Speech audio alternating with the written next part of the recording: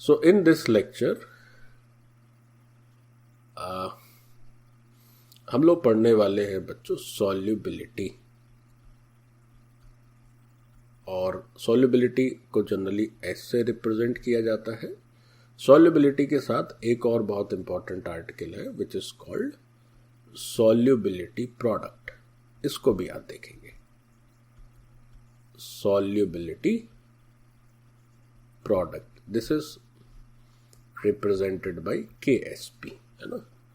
तो आज के लेक्चर में हम लोग पढ़ेंगे एस क्या है, ये सॉल्युबिलिटी क्या है, और उसके साथ साथ ये सॉल्युबिलिटी प्रोडक्ट यानी कि KSP क्या है।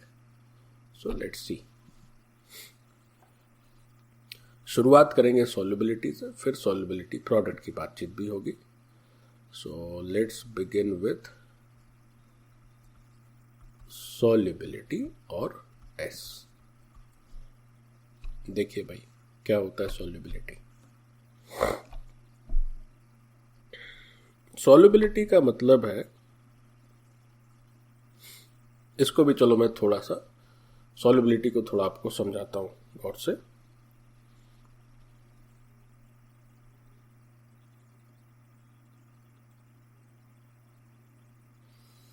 थोड़ा सॉल्युबिलिटी को थोड़ा सा फिजिकली समझने का प्रयास करते हैं, तब फिर जो है बात अच्छे से बात बनेगी। देखो क्या क्या करते हैं भाई कि पानी से ही स्टार्ट करते हैं ना। पानी तो हमारा जो है पक्का साथी है। तो हमने क्या किया कि एक कंटेनर में some amount of water, let's take, कुछ पानी भर दिए, प्योर वाटर जो नॉर्मल वाटर हमारे घरों में होता है वो पानी भर दिए। अच्छा ठीक है, पानी भर दिए और पानी का 1 लीटर क्वांटिटी भरा हमने क्या किया, इस कंटेनर में we are having 1 litre normal water. अब क्या हुआ, जहां पर ये जार रखा हुआ था उसी के बगल में चीनी का डब्बा रख दिए और पूछा गया तुमसे, चलो बताओ इस पानी में तुम कितनी मैक्सिमम चीनी घोल सकते हो 1 लीटर वाटर में। तो तुमने कहा कि भाई अभी चेक कर लेते हैं सर, है ना। तो आपने क्या किया, ऊपर से इसमें 1 चम्मच चीनी मिला दी, शुगर 1 चम्मच चीनी मिला दी और चीनी को थोड़ा सा चम्मच से पूरे लिक्विड सॉल्यूशन को थोड़ा सा हिला दिया, तो पूरा चीनी धीमे धीमे वो दिखना बंद हो गया, मतलब पूरी तरह से घुल गया। तो तुमने सोचा कि सर ने तो बोला था कि कितनी चीनी अधिक से अधिक घोल सकते हो। तुमने कहा एक तो ये तो पूरा गायब ही हो गया, 1 चम्मच चलो और मिलाते हैं, 1 चम्मच और मिला दिए, फिर उसको चला दिए 1 चम्मच से, तो फिर से पूरी चीनी फिर घुल गई। ऐसे करते करते करते करते तुमने चम्मच पर चम्मच चीनी मिलाते गए, घुलती गई। एक समय ऐसा आएगा कि अब ये सॉल्यूशन चीनी पी पी के एकदम उगता जाएगा। फिर तुम 1 चम्मच चीनी मिलाओगे तो फिर उसमें घुलना बंद हो जाएगा। इतना भाई, इसकी एक लिमिटेशन है कि ठीक है भाई हम कितना चीनी अब पिए। तो एक समय ऐसा आएगा कि और जब तुम चीनी मिलाने का प्रयास करोगे तो फिर घुलेगा नहीं बच्चों। A time will come you can practice. ये तो आप घर पे भी अपना प्रैक्टिकल कर सकते हैं, है ना। 1 लीटर पानी की जगह आप 1 गिलास ही ले लीजिए और उसमें चीनी मिलाइए, देखिए कहाँ तक घुलता है। एक समय ऐसा जरूर आएगा फिर चीनी घुलना बंद हो जाएगा। तो जब तक चीनी घुल रही है तब तक ठीक। द मोमेंट आपने चम्मच से चीनी डाली और उसमें घुलना बंद हो गया, तो समझ जाओ कि अब और ज्यादा डालने का कोई फायदा नहीं है। तो सॉल्युबिलिटी इसी चीज से रिलेटेड है। सॉल्युबिलिटी का मतलब यह होता है कि 1 लीटर सॉल्वेंट में किसी सॉल्यूट की जितनी अधिकतम मात्रा घोली जा सके वही उसके लिए सॉल्युबिलिटी कहलाती है। ये तो हो गई बात हमारी जो दैनिक दिनचर्या की बातचीत है, उस भाषा में मैंने आपको समझा दिया कि 1 लीटर सॉल्वेंट में भी अदर देन वाटर ऑल्सो। अब जैसे चीनी को आप वाटर में मिलाएंगे तो मान लीजिए 1 लीटर वाटर में, मैं बस ऐसे ही अंदाजे से बता रहा हूं, मैंने कभी प्रैक्टिकल किया नहीं, मान लेते हैं 1 लीटर पानी में हमने 100 ग्राम जो है चीनी घोल दी है। तो फिर मोल निकाल लेंगे, ग्राम से मोल भी आ जाएंगे शुगर के। तो हम कहेंगे भाई शुगर की सॉल्युबिलिटी इतने मोल पर लीटर है with in water. Solubility change हो जाएगी अगर आप सॉल्वेंट बदल देंगे। तो ये जो सॉल्युबिलिटी इस सॉल्यूशन की है, इस सॉल्यूशन की सॉल्युबिलिटी में सॉल्यूट आपका शुगर है, this is your solute and this is your solvent. As you change any either solute और सॉल्वेंट, सॉल्युबिलिटी विल चेंज। तो what is the solubility? Basic definition, कितनी अधिक से अधिक मात्रा आप घोल सकते हैं इस सॉल्यूट की in the 1 litre of solvent, that is called the solubility. अब ये भाषा कितनी आसान है समझना, लेकिन जटिल भी है, जटिल भाषा भी है पढ़ने लिखने वाली। वो क्या है देखो, उसको लिखते हैं। So this is amount of substance, amount of substance, and what is the substance? Substance is your solute. Amount of solute which can be dissolved, which can be dissolved, which can be dissolved in 1 liter, in 1 liter solvent, in 1 liter solvent to form a saturated solution, to form a saturated solution is called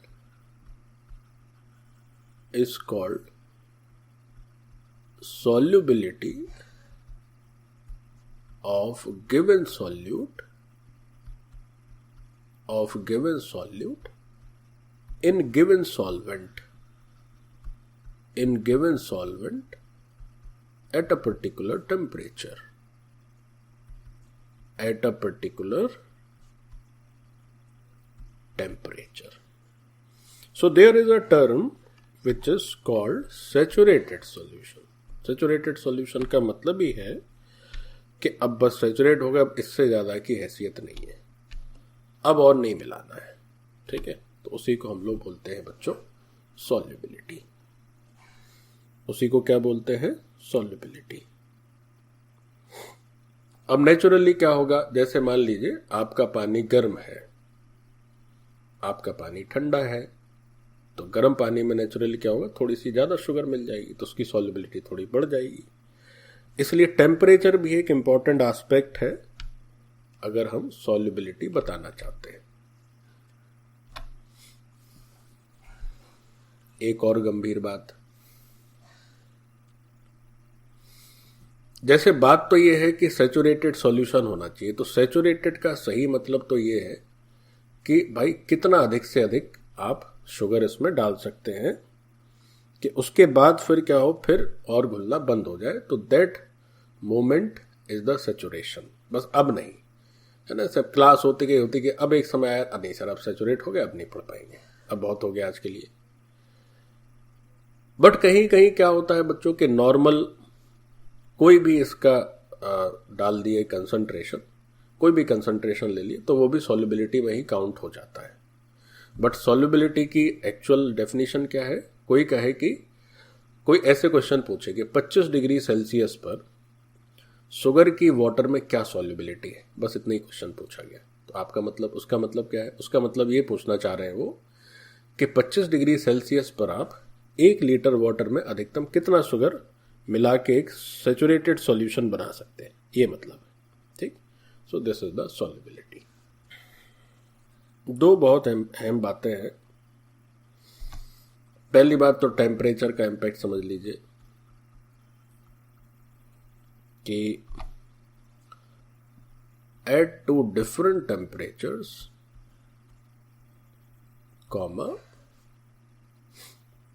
solubility changes. Yes, solubility is different. Even if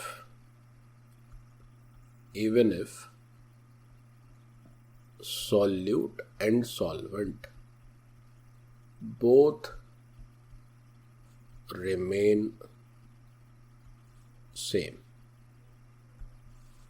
solute और solvent ना बदले फिर भी दो अलग अलग temperature पर solubility अलग होती है। एक तो ये बात हुई। दूसरी बात, सॉल्युबिलिटी को एक और तरीके से मैं लिख के बता देता हूं। जैसे पूछा जाए solubility of sugar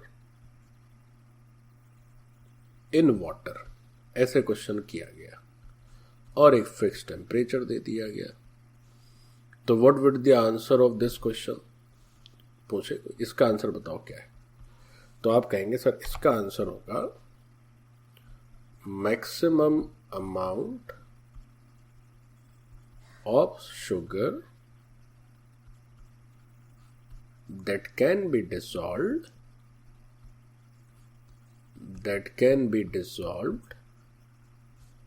in 1 liter of water at 25 degrees Celsius to get a saturated solution. So this is your solubility of sugar in water. अब solubility से हम लोग solubility product की तरफ जाएं, उससे पहले एक और छोटा सा आर्टिकल रहता है, that is classification of salts. इस सेगमेंट में हम लोग salts के बारे में स्टडी करते हैं। So classification of salts based upon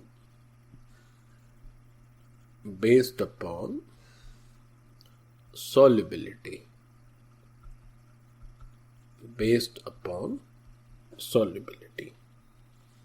salt को सॉल्युबिलिटी के बेसिस पर कैसे क्लासिफाई करना है, लेट अस सी। देखें, please see.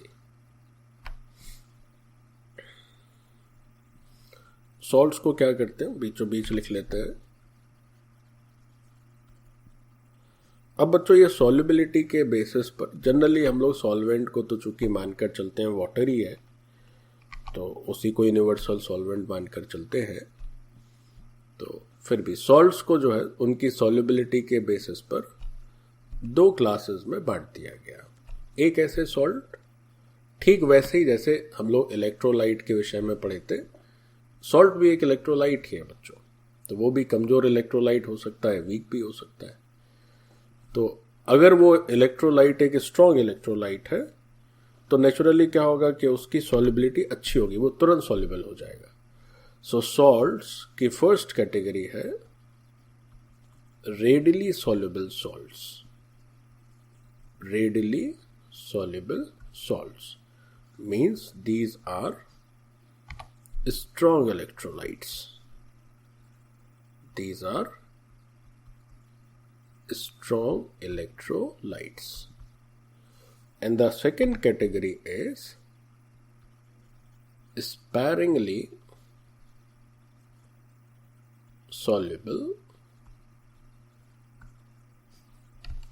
The second category is sparingly soluble salts. So sparingly का मतलब होता है कम, है ना, मतलब इसकी solubility कम हो, धीरे धीरे हो। sparingly मतलब आराम आराम से, धीमे धीमे। So these are actually are weak electrolytes. Weak electrolytes. So these are the two basic categories of salts. Sparingly soluble and readily soluble. अब नेचुरली स्ट्रॉन्ग इलेक्ट्रोलाइट का मतलब ही होता है कि 100% आयनाइजेशन या 100% जो है वो डिसोसिएट हो जाए, और वीक का मतलब हो जाता है कि 100% डिसोसिएट ना। बस इतनी सी बात है। तो एक लाइन इसमें भी लिख सकते हैं कि अगर रेडिली सॉल्युबल सॉल्ट से मतलब complete dissociation, complete dissociation oblique ionization, और अगर स्पैरिंगली सॉल्युबल सॉल्ट है मतलब वीक ऑब्लिक पार्शियल डिसोसिएशन या आयनाइजेशन, बोथ आर सेम। तो कुछ अगर एग्जाम्पल पूछे जाए कि सर कुछ एग्जाम्पल भी कर लेते तो ठीक रहता, दिमाग में रहता है। तो रेडली सॉल्युबल सॉल्ट जैसे NaCl 100% क्या हो जाएगा, सॉल्युबल हो जाएगा, 100% डिसोसिएट हो जाएगा, क्विक डिसोसिएशन होगा। स्ट्रॉन्ग इलेक्ट्रोलाइट KCl, इस तरह के सॉल्ट्स। वीक इलेक्ट्रोलाइट जैसे जो उतनी तेजी से डिसोसिएट ना हो, डिसोसिएट हो भी तो आधा पर्दा डिसोसिएट हो, कंप्लीट डिसोसिएशन ना हो। इसका एक सबसे अच्छा एग्जांपल होता है AgCl, which is use most prominently. AgCl हो गया, फिर ऐसे कई भी हो सकते हैं, Hg2Cl2 एटसेट्रा, बट AgCl ही ज़्यादा यूज होता है। और यहाँ पर तो क्या हो गया, NaCl KCl नॉर्मल। ओके, तो ऐसे सॉल्ट जो 100% डिसोसिएट होते हो वो हो गए रेडली सॉल्युबल सॉल्ट्स, और ऐसे सॉल्ट जो 100% डिसोसिएट नहीं होते हो वो हो गए आपके स्पैरिंगली सॉल्युबल सॉल्ट्स। अब देखो बच्चों, हमने ऊपर जब जो मेन यूनिट का हेडिंग लिखा तो दैट वाज द कि सॉल्युबिलिटी के बेसिस पर हम सॉल्ट को दो हिस्सों में बांटे। लेकिन अभी जो स्ट्रॉन्ग और वीक इलेक्ट्रोलाइट की बात हुई तो उसमें सॉल्युबिलिटी की तो कहीं चर्चा ही नहीं हुई। भाई सॉल्युबिलिटी के बेसिस पर अगर आप दो हिस्सों में बांट रहे तो उसमें सॉल्युबिलिटी भी समझ आनी चाहिए ना। देखो क्या होता ये है कि जैसे हमने क्या किया, हमने कहा कि भाई हमने से 0.01 मोलर NaCl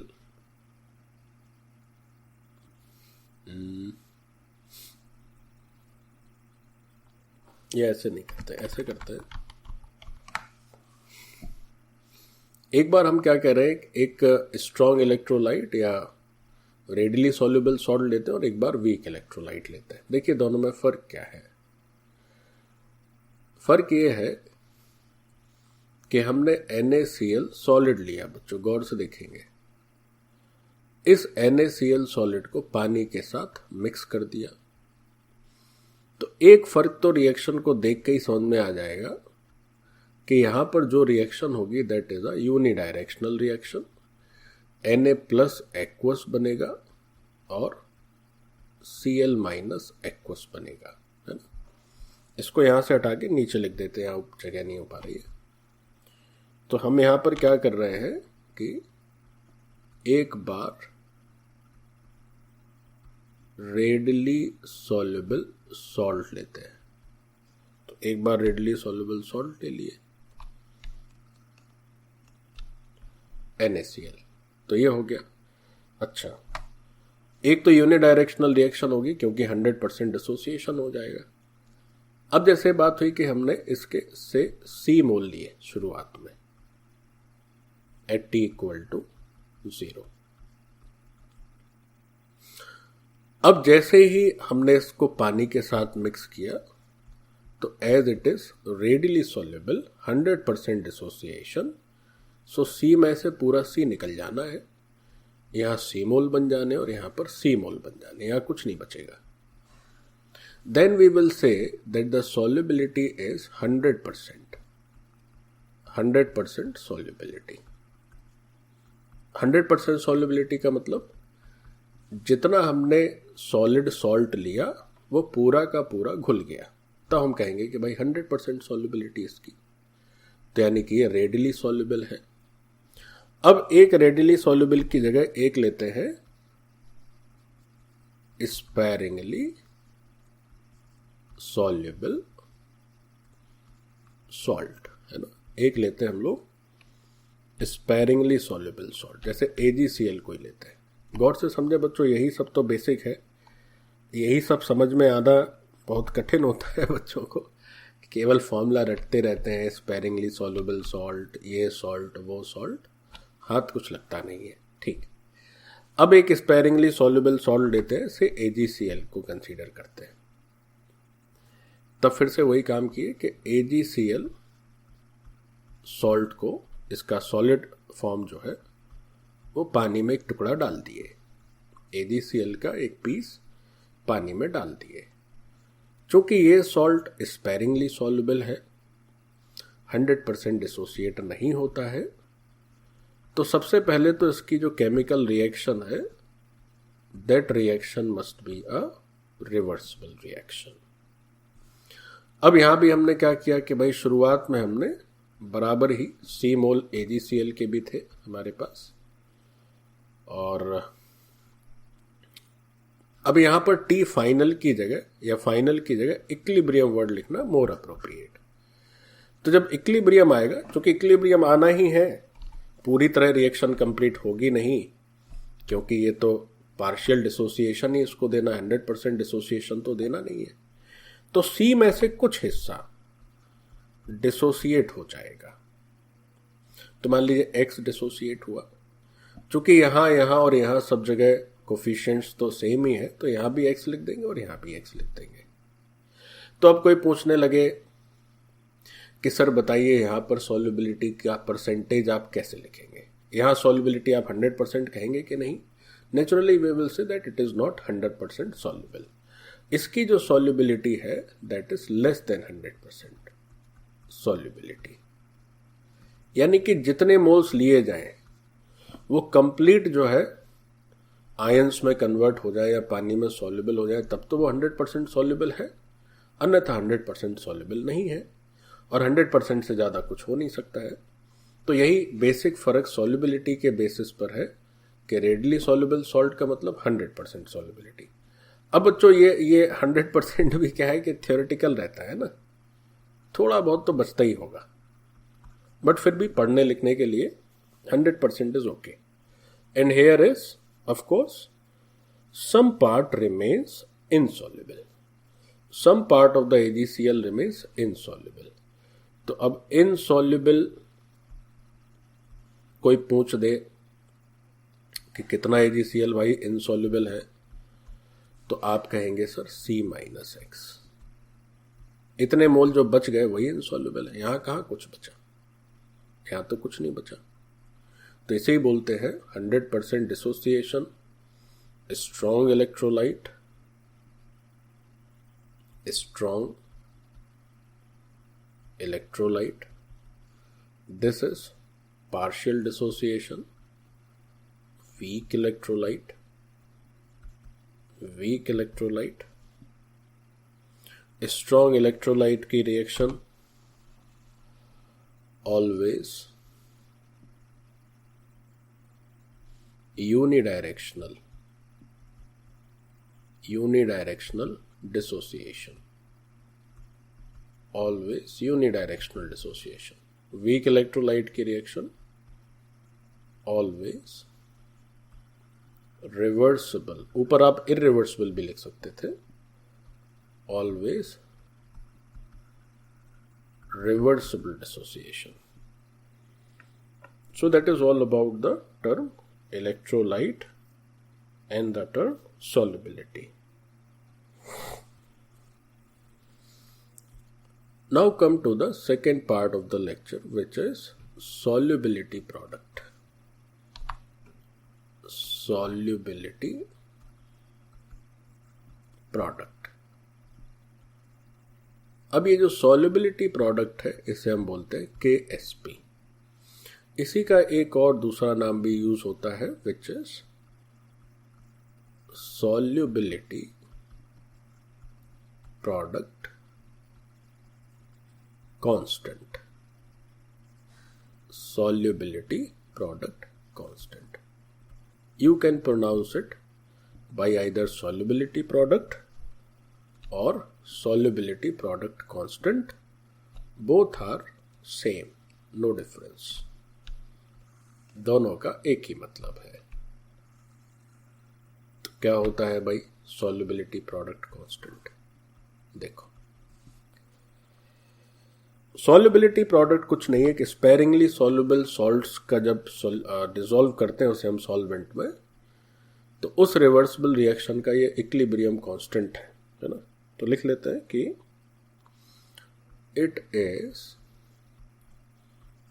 इक्विलिब्रियम कांस्टेंट। जैसे हम लोग के ए लिखते थे एसिड डिसोसिएशन कांस्टेंट, के बी, के डब्ल्यू, तो वो के आता था वीक एसिड के लिए, के बी आता था वीक बेस के लिए, ऐसे ये के एस पी है, ये आएगा वीक सॉल्ट के लिए। So it is equilibrium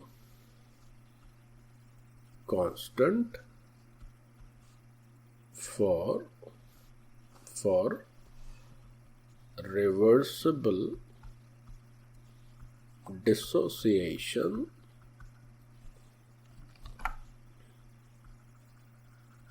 of weak salt। A weak salt का मतलब क्या हुआ बच्चों? Sparingly soluble salt। so this is your KSP। जैसे अभी जो बात हो रही थी, जो हम लोग AgCl वाला एग्जाम्पल लिए थे, अगर उसी एग्जाम्पल को भी हम कंसीडर करें तो बहुत आसानी से आपको सॉल्युबिलिटी प्रोडक्ट समझ में आ जाएगा। कैसे? देखो, जैसे हमने कहा कि भाई कि लेट्स से AgCl सॉलिड और उसको पानी में मिक्स कर दिया लिक्विड, तो होना तो रिवर्सिबल रिएक्शन है और अपने ये कैटायंस और एनायंस में कन्वर्ट हो जाएगा। अपने कैटायंस और एनायंस में कन्वर्ट हो जाएगा। यहां एस ना लिख के मैं सॉलिड ही लिख देता हूं, क्योंकि अभी एस तो सॉल्युबिलिटी के लिए यूज होगा ना, तो यू मे कंफ्यूज, इसको सॉलिड ही लिख लेते हैं। अच्छा, अब क्या हुआ भाई कि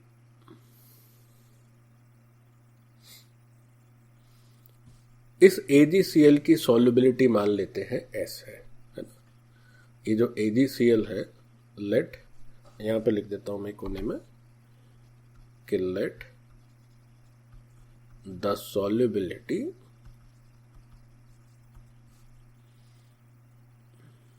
सॉल्युबिलिटी का मतलब अब हम लोग यहाँ पर कंसंट्रेशन के टर्म में लिखेंगे। Let the solubility means concentration,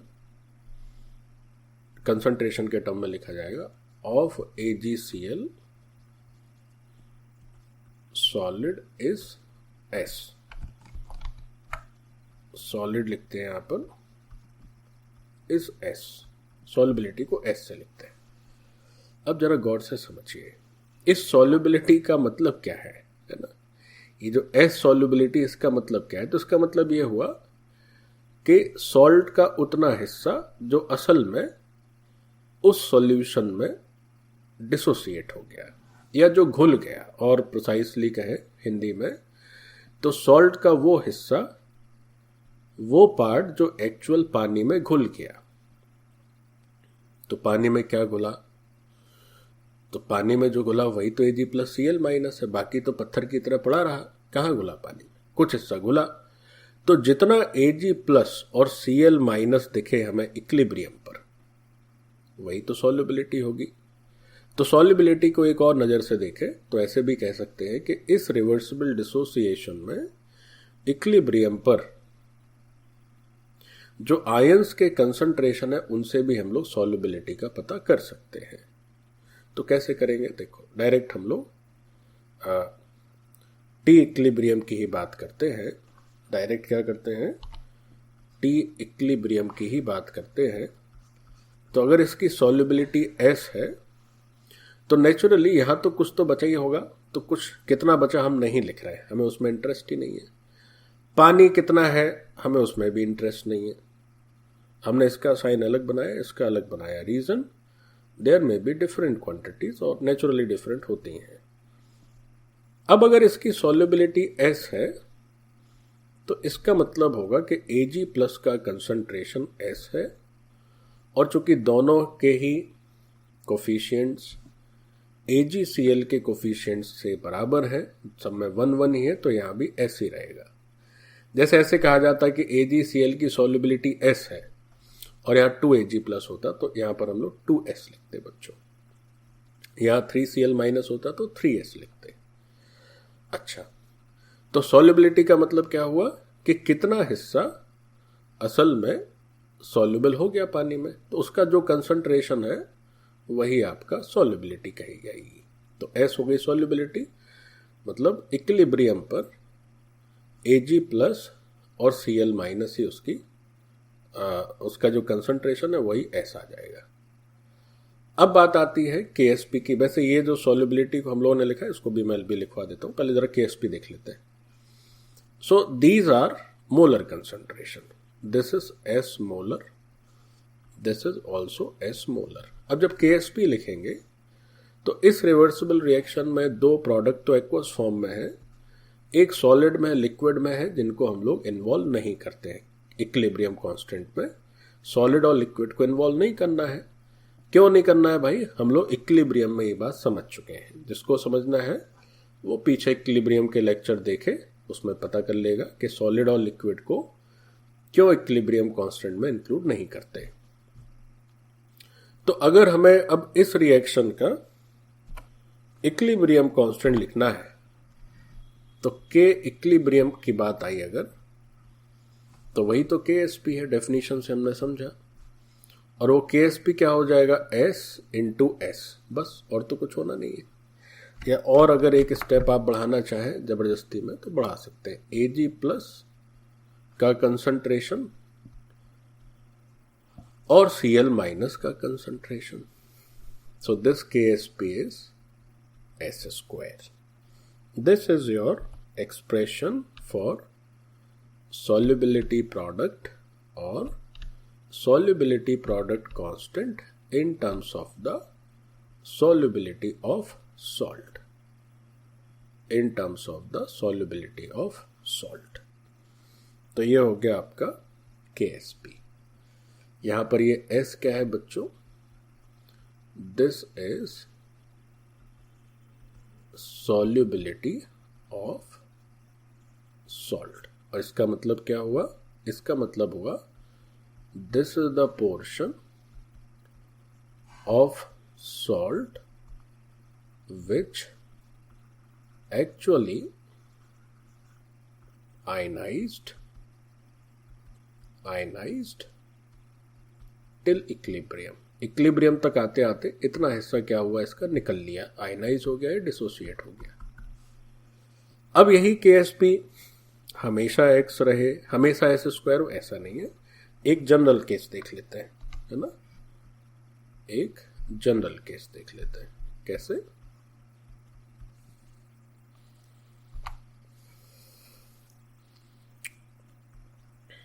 late solubility of salt, say salt is AX, BY is S। तो देखो इसका मतलब क्या है, अगर हमने AX BY के एक टुकड़े को पानी में मिलाया तो नेचुरली हम लोग सॉल्युबिलिटी उन्हीं सॉल्ट्स की कंसीडर कर रहे हैं जो सॉल्ट्स किस कैटेगरी के हैं, जो स्पेरिंगली सॉल्युबल है। तो हमें एक रिवर्सिबल रिएक्शन ही मिलेगी।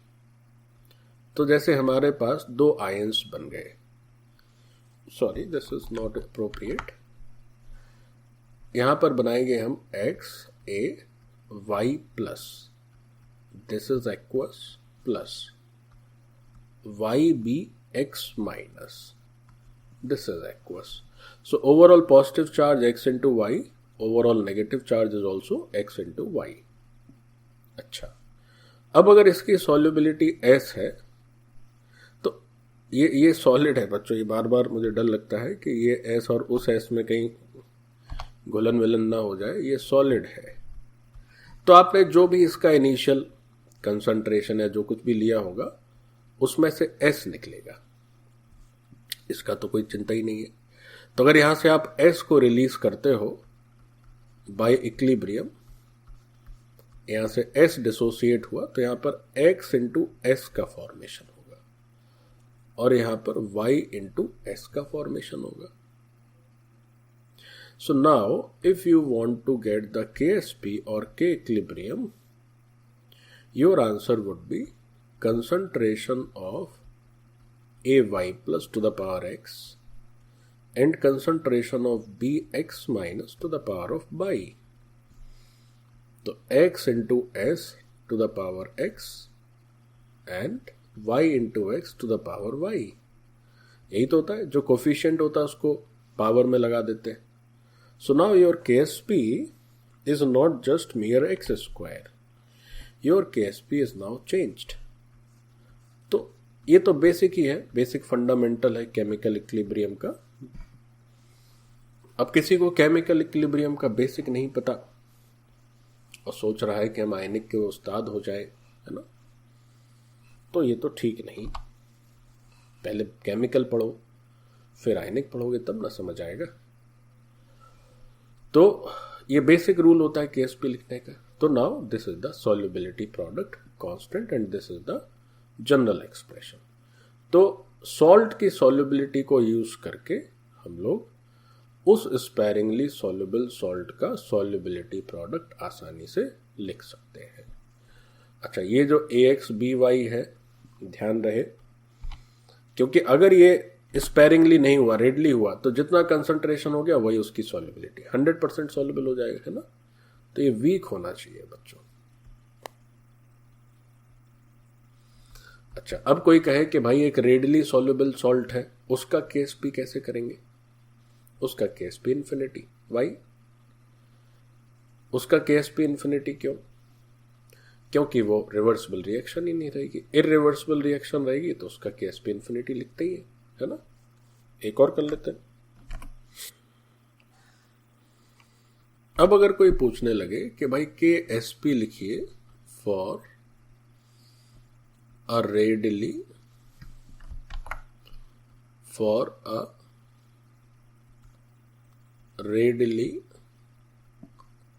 Soluble salt. तो अगर KSP एक रेडली सॉल्युबल सॉल्ट के लिए लिखना चाह रहे हैं तो you can answer in 2 ways। पहला आंसर आप कह सकते हैं एकदम correct, sir KSP not defined. KSP not defined.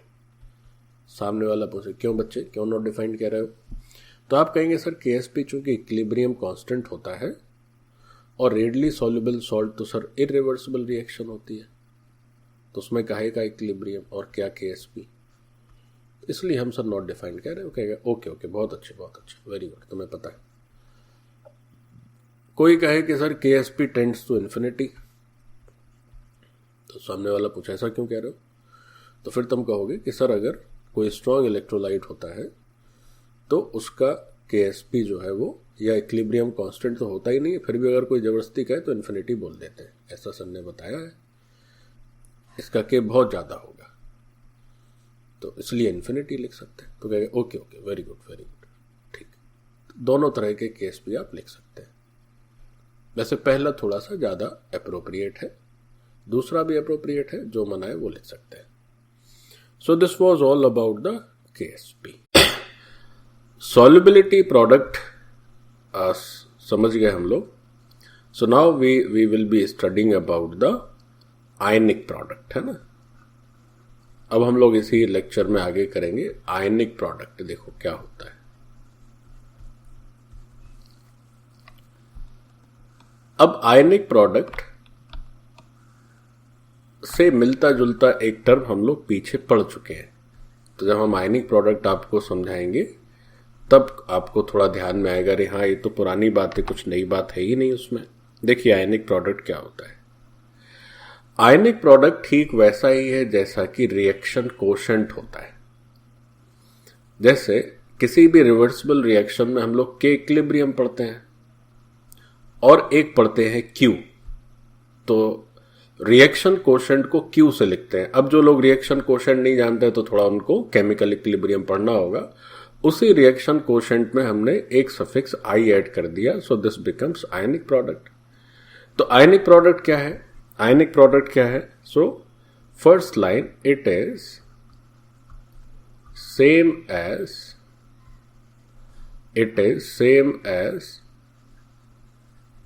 reaction quotient. It is same as reaction quotient. Full stop. अब ये रिएक्शन कोशेंट स्पेसिफिकली उन रिवर्सिबल रिएक्शंस के लिए है जो स्पेरिंगली सॉल्युबल सॉल्ट्स का आयनाइजेशन प्रेजेंट करती है ना। So it is same as reaction quotient, full stop. And this is reaction quotient. This is reaction quotient for ionization reactions, of sparingly soluble salts. Sparingly soluble salts. So this is all about the ionic product. अब ये जो आयनिक product है वो भी KSP जैसे ही है, but KSP यानी कि सॉल्युबिलिटी प्रोडक्ट केवल और केवल कब देखते हैं? इक्विलिब्रियम पर। और ये जो आयनिक प्रोडक्ट होता है ये किसी भी मोमेंट पर चेक किया जा सकता है, ठीक वैसे ही जैसे रिएक्शन कोशेंट और इक्विलिब्रियम कांस्टेंट होता है ना। तो we can add one more point. So this is the first important point, this is the second. Now we can add one more, and that point is कि QI can be calculated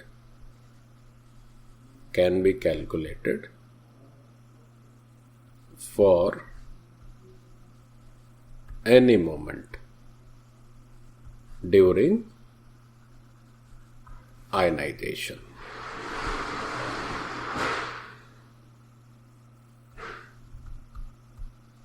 During ionization, whereas KSP is defined only at the state of equilibrium. Only at the state of equilibrium. So this is your ionic product. अब जैसे कोई एक reaction है, एक कोई भी example ले लेते हैं तो थोड़ा और स्पष्ट हो जाएगा। से देयर इज अ सॉल्ट, से A2B3 इज अ सॉल्ट, है ना। सो this is a solid salt, and suppose this salt is mixed with the water. If this salt is mixed with water, और ये salt naturally sparingly soluble salt होगा, तभी तो incomplete dissociation देगा। तो इसने दे दिया अपने को से 2A3 plus aqueous plus 3B2 minus aqueous. Okay, अब हम क्या करें कि जब हम KSP देखते हैं तब तो सीधा इक्विलिब्रियम की बात करते हैं, है ना। तो जैसे यहां पर क्या करें, थोड़ा सा गलती हो गई मुझे, अगले पेज में लिखना चाहिए था। चलो मैं अगले पेज में ही लिखता हूं एक बार फिर से। तो मैं फिर से लिख दे रहा हूं, दैट वाज A2B3। अगर आप लोग लिख ले तो फिर से लिखने की आवश्यकता नहीं है आपको। और इसको पानी में मिक्स कर दिए, सो इट इज गेटिंग आयनाइज्ड, और ये आयनाइज्ड हो गया तो ये 2A3 प्लस एक्वस हो गया। ये कोई एक हाइपोथेटिकल सॉल्ट है बच्चों, बस आपको Q और KSP का फर्क बताने के लिए हम लोग इस बात को कर रहे हैं। ओके, नेचुरली ये स्पेरिंगली सॉल्युबल सॉल्ट है। अब जैसे पता है कि भाई अगर A2B3 की सॉल्युबिलिटी S है ना, से गिवन है कि इसकी सॉल्युबिलिटी S है, its solubility is equal to S, this is से गिवन। तो जब हम T इक्विलिब्रियम की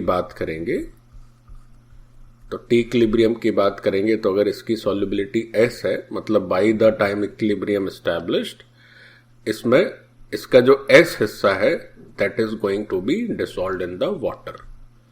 तो ये चूंकि 2 है और ये 1 है, मतलब मोल ये डबल है इसका स्टोइकियोमेट्रिक कोफिशिएंट, तो ये बच्चों 2s हो जाना है और ये 3s हो जाना है।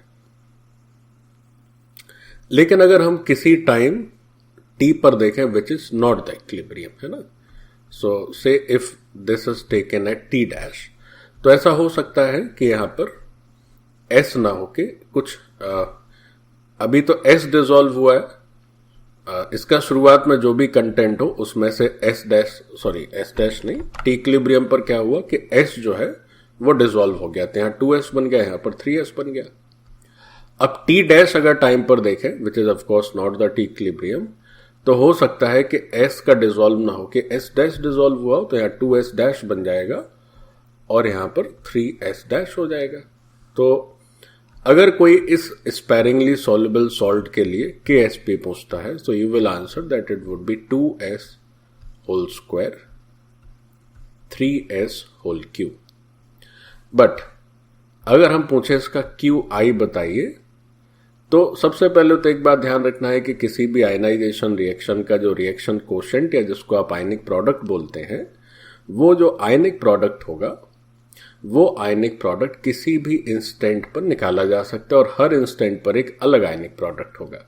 तो QI की बात करी जाए तो QI के साथ साथ आपको ये भी लिखना पड़ेगा कि ये किस इंस्टेंट की बात हो रही है।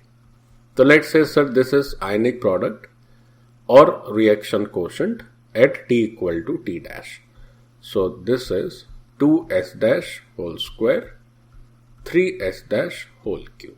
तो यही आपका आयनिक प्रोडक्ट है। अब ये जो आयनिक प्रोडक्ट है, जैसे यहां हमने बात करी कि ये आयनिक प्रोडक्ट किसी स्पेरिंगली सॉल्युबल सॉल्ट के लिए, ये जरूरी नहीं है बच्चों, ये आयनिक प्रोडक्ट किसी भी वीक इलेक्ट्रोलाइट की आयनाइजेशन के लिए डिफाइन हो सकता है। तो बस आयनिक प्रोडक्ट और KSP में फर्क क्या है, KSP केवल और केवल इक्विलिब्रियम की बात करता है और आयनिक प्रोडक्ट हर मोमेंट की बात कर सकता है, वेदर इट इज इक्विलिब्रियम और नॉट। अगर हम t डैश को t इक्विलिब्रियम कर दें तो यही QI क्या हो जाएगा, KSP के बराबर हो जाएगा, है ना। तो एक बात और भी समझी जा सकती है कि अगर हमारा टाइम t इक्विलिब्रियम होता तो जो हमारा आयनिक प्रोडक्ट आता, that ionic product would be equal to the equilibrium constant और KSP, ठीक। तो यही आयनिक प्रोडक्ट और KSP का बेसिक डिफरेंस है। सो ये तो बेसिक बातें स्पष्ट हो गई। आयनिक प्रोडक्ट एकदम नया नहीं है, रिएक्शन कोशेंट जो हम लोग पढ़ते थे ठीक वैसा ही है, बट चूंकि यहां पर हम आयनिक इक्विलिब्रियम पढ़ते हैं, आयनिक रिएक्शंस पढ़ते हैं, तो जो आयनिक का आई होता है वो थोड़ा सा आगे चिपका दिया जाता है। क्यों के आगे थोड़ा सा आई चिपका दिए तो ठीक है, तो समझ में आने लगा कि ठीक ये आयनिक प्रोडक्ट है या ये रिएक्शन कोशेंट है आयनिक रिएक्शंस के लिए एंड नथिंग एल्स। आप एक काम और कर सकते हैं कि इसको अगर आप एक अच्छे से डब्बे में बंद कर लेते हैं, then also it would be very fine, ताकि हमें याद रहे कि इक्विलिब्रियम पर ये जो आयनिक प्रोडक्ट होता है ये दरअसल KSP के बराबर होता है। तो अगर आप केमिकल इक्विलिब्रियम को ठीक से समझते हैं तो आप ये भी समझते होंगे कि आयनिक प्रोडक्ट का क्या यूज है। अब उसी तरह से आयनिक प्रोडक्ट का बच्चों या रिएक्शन कोशेंट का इस सॉल्युबिलिटी वाले सेक्शन में बहुत जबरदस्त यूज है। देखो क्या समझते हैं इस चीज को। तो अगर पिछली रिएक्शन के लिए देखें तो जो QI हमने लिखा वो QI हो जाएगा, मतलब ये जो भी आपका कैटायन है इस कैटाइन का कंसंट्रेशन, और पावर भी कुछ हो सकती है depending upon the stoichiometric coefficient, और जो एनाइन होता है उसका concentration and power depending upon the stoichiometric coefficient.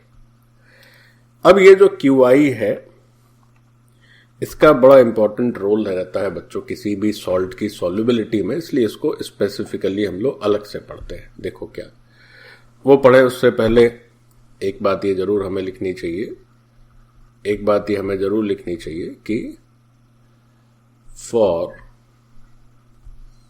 A reversible ionization reaction, a reversible ionization reaction, comma, QI is different. QI is different for each instant. QI जो होता है वो हर moment के लिए या हर इंस्टेंट के लिए अलग वैल्यू लेता है। अच्छा, एक तो ये बात हो गई।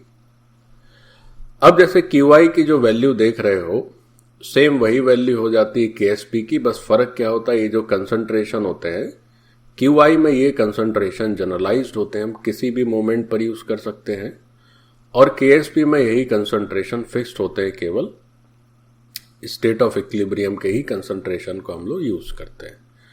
तो ये बेसिक बात हो गई। अब बहुत गंभीरता से समझें जरा इस बात को। एक मैं फिर से रिएक्शन लिख दे रहा हूं, एक थोड़ी आसान से रिएक्शन लेते हैं। जैसे हमने कहा कि भाई AB है सॉलिड, और ये जो सॉलिड था इसको आपने पानी में मिलाया, तो इसने क्या किया कि A+ आयन बना दिया और B- आयन बना दिया। ऑब्वियसली दोनों ही आयन एक्वस रहे होंगे। तो ठीक वैसे ही अब हम लोग बातें करने वाले हैं, जैसी बात हम लोग Q जब पढ़े थे रिएक्शन कोशेंट इक्विलिब्रियम में, ठीक वही एप्लीकेशन पर अब आने वाले हैं। जरा गौर से समझें इस बात को। जैसे हमने किसी भी मोमेंट पर सोचा कि जरा देखें इसका आयनिक प्रोडक्ट क्या आता है, या और प्रिसाइसली ऐसे कहा जाए, सपोज कोई, या इसको थोड़ा जनरलाइज ही कर लेते हैं। मैं इसको रफ कर दे रहा हूँ ना, थोड़ा जनरलाइज करेंगे तो ज्यादा बेहतर रहेगा।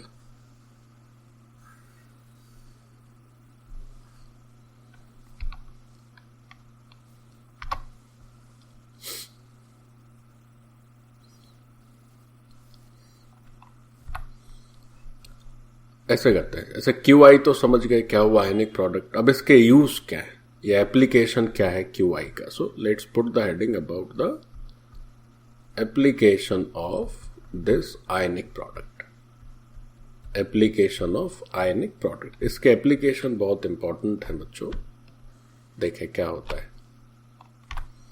जैसे एक कोई हम एकदम एक्सट्रीमली जनरलाइज्ड एक स्पेरिंगली सॉल्युबल सॉलिड सॉल्ट ले लेते हैं और इसको पानी में घोल देते हैं। अब जैसे ही इसको पानी में घोलेंगे तो इसका कुछ आयनाइजेशन हो जाएगा। चूंकि स्पेरिंगली सॉल्युबल सॉल्ट है तो कुछ हिस्सा आयनाइज होगा, या कुछ हिस्सा डिसॉल्व होगा, या कुछ हिस्सा सॉल्युबल हो जाएगा, और some part will remain insoluble in the water. So ये हो गया इसका बेसिक आयनाइजेशन। अब इस आयनाइजेशन रिएक्शन का अगर QI पूछा जाए और आयनिक प्रोडक्ट पूछा जाए तो हम आयनिक प्रोडक्ट कहेंगे कि सर इसका आयनिक प्रोडक्ट होगा concentration of this cation to the power X into concentration of this anion to the power of Y. So this is the ionic product of this ionization reaction. और ये जो आयनिक product है हम किसी भी moment पर, हर अलग मोमेंट पर एक अलग कंसंट्रेशन हो सकता है, तो we will put the value and get the answer. अब इस QI की वैल्यू अगर KSP के इक्वल हो गई, देन व्हाट वुड यू से? आप कहेंगे कि सर अब अगर ये QI KSP के इक्वल हो गया तो इसका मतलब हो गया कि ये आयनाइजेशन रिएक्शन को जहां पहुंचना था पहुंच गई, इक्विलिब्रियम ही इसकी आखिरी मंजिल है, वहां तक ये पहुंच चुकी है। अब सर क्या होगा कि जो आप देख रहे हैं इस पूरे लिक्विड सॉल्यूशन में जितना कंसंट्रेशन इस कैटायन का आप देख रहे हैं, जितना इस एनायन का कंसंट्रेशन देख रहे हैं, और जितना हिस्सा इनसॉल्युबल है वो वही मेंटेन रहने वाला, उसमें कोई भी परिवर्तन अब नहीं होगा क्योंकि इक्विलिब्रियम तो आ ही चुका है। अच्छा, तो QI और KSP के इक्वल होने के बाद क्या होगा कि सिस्टम इक्विलिब्रियम में आ जाता है, फिर कुछ नहीं होना है। अच्छा, फिर तो एक काम करते हैं, इसको 3 हिस्सों में हम लोग बांट लेते हैं। केस फर्स्ट केस हो गया कि आपका QI और KSP इक्वल हो। तो इस सेंटेंस का मतलब ये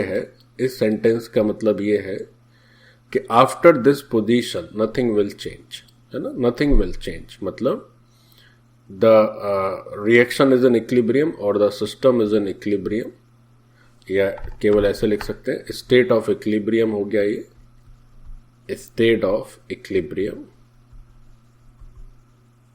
फुल स्टॉप, नो फर्दर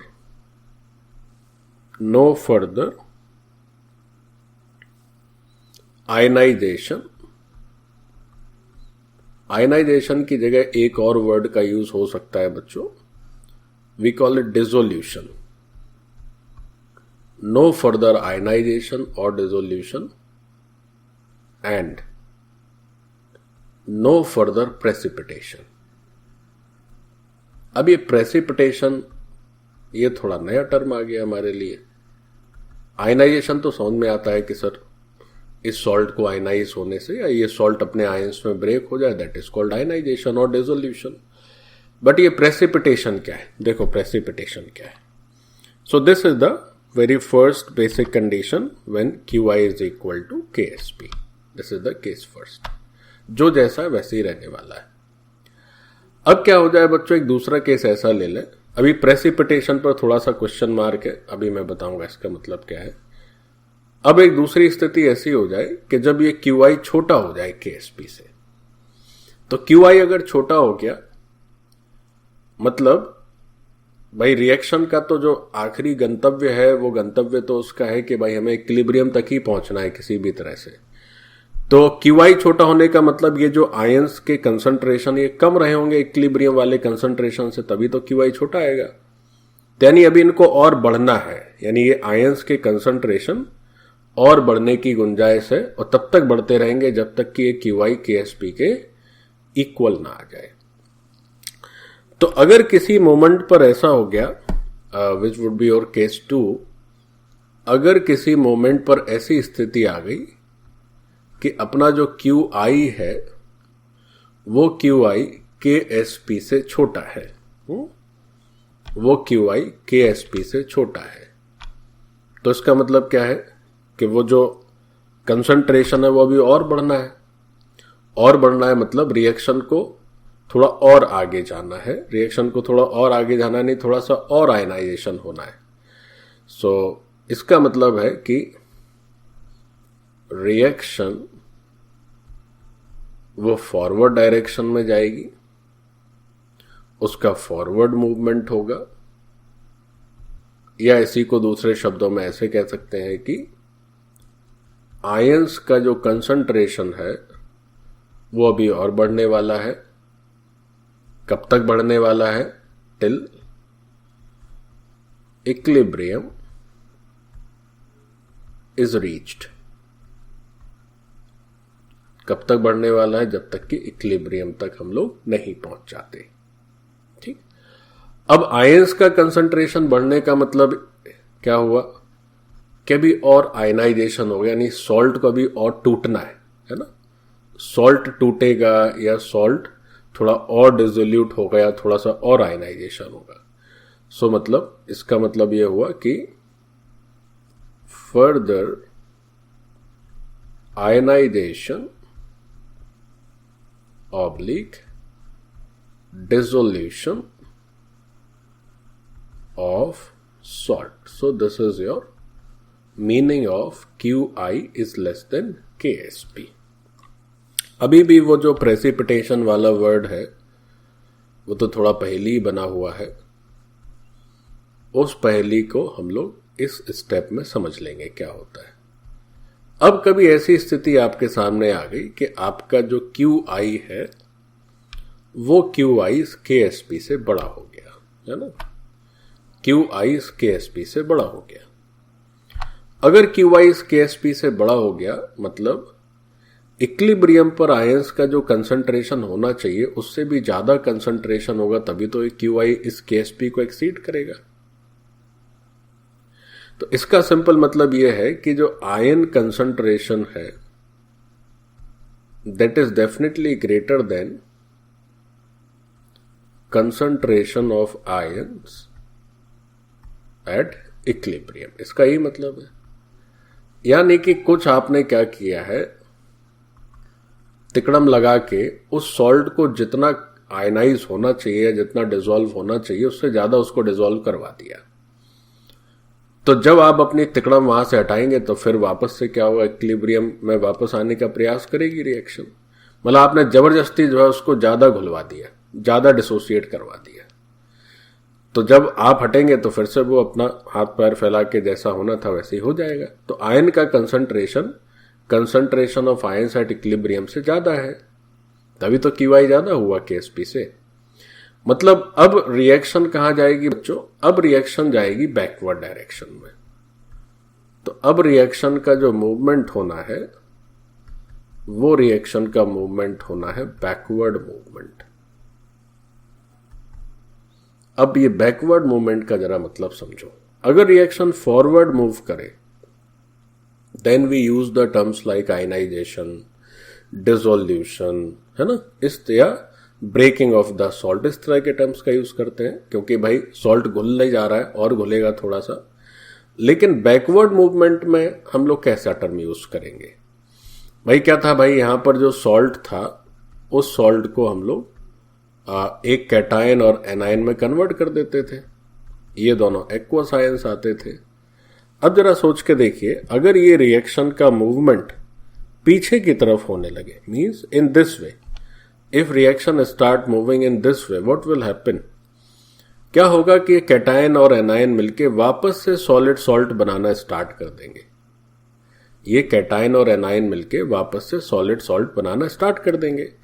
तो वो जो आपका लिक्विड सॉल्यूशन जिसको आप ऑब्जर्व कर रहे हो, उस लिक्विड सॉल्यूशन में कुछ तो अनडिजॉल्व्ड सॉल्ट, जो सॉलिड सॉल्ट है, पहले से ही मौजूद रहेगा, क्योंकि 100% तो सॉल्युबल हुआ नहीं। जैसे मान लीजिए आपने 50 ग्राम सॉल्ट डाला पानी में, उस 50 ग्राम में 30 ग्राम घुल गया, 20 ग्राम जो है अभी भी टुकड़े की तरह पड़ा हुआ है।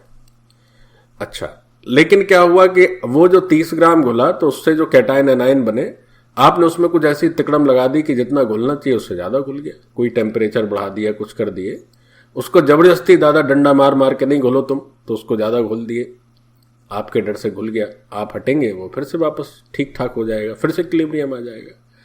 तो इसका कंसंट्रेशन जरूरत से ज्यादा हो गया, इक्विलिब्रियम से ज्यादा होगा। तो अब जैसे ही आप हटेंगे वहां से तो वापस से इक्विलिब्रियम में जाएगा, तो अपने इस कंसंट्रेशन को कम करेगा। कम करने का मतलब क्या हुआ कि अब रिएक्शन पीछे जाएगी, पीछे जाएगी तो ये घटेंगे, ये कंसंट्रेशन कम होंगे तो ये वाला कंसंट्रेशन अब बढ़ेगा, है ना, ये कंसंट्रेशन बढ़ेगा। पीछे आने का तो यही मतलब है। अब सोचो, बढ़ेगा तो जो सॉल्युबल आयंस है, aqueous ion mean soluble ions, वो घुल गया ऑलरेडी। अब सॉल्युबल आयंस आपस में रिएक्ट करके इनसॉल्युबल सॉल्ट का फॉर्मेशन करेंगे, इनसॉल्युबल सॉल्ट का फॉर्मेशन करेंगे। तो जब भी कभी रिएक्शन में इनसॉल्युबल चीजों का फॉर्मेशन हो तो उसी को केमिस्ट्री में एक वर्ड देते हैं विच इज कॉल्ड प्रेसिपिटेट। तो प्रेसिपिटेट फॉर्म, कोई भी चीज सॉलिड बनी तो that is called precipitate. Why? Precipitate का मतलब है जो सॉल्यूशन की तली में जाके बैठ जाए, नीचे बैठ जाए। तो सॉल्यूशन में घुली हुई चीजें आपस में रिएक्ट करके कुछ सॉलिडिफाई आइटम का प्रोडक्शन करने लगे तो वो तली में नीचे जाके बैठ जाता है।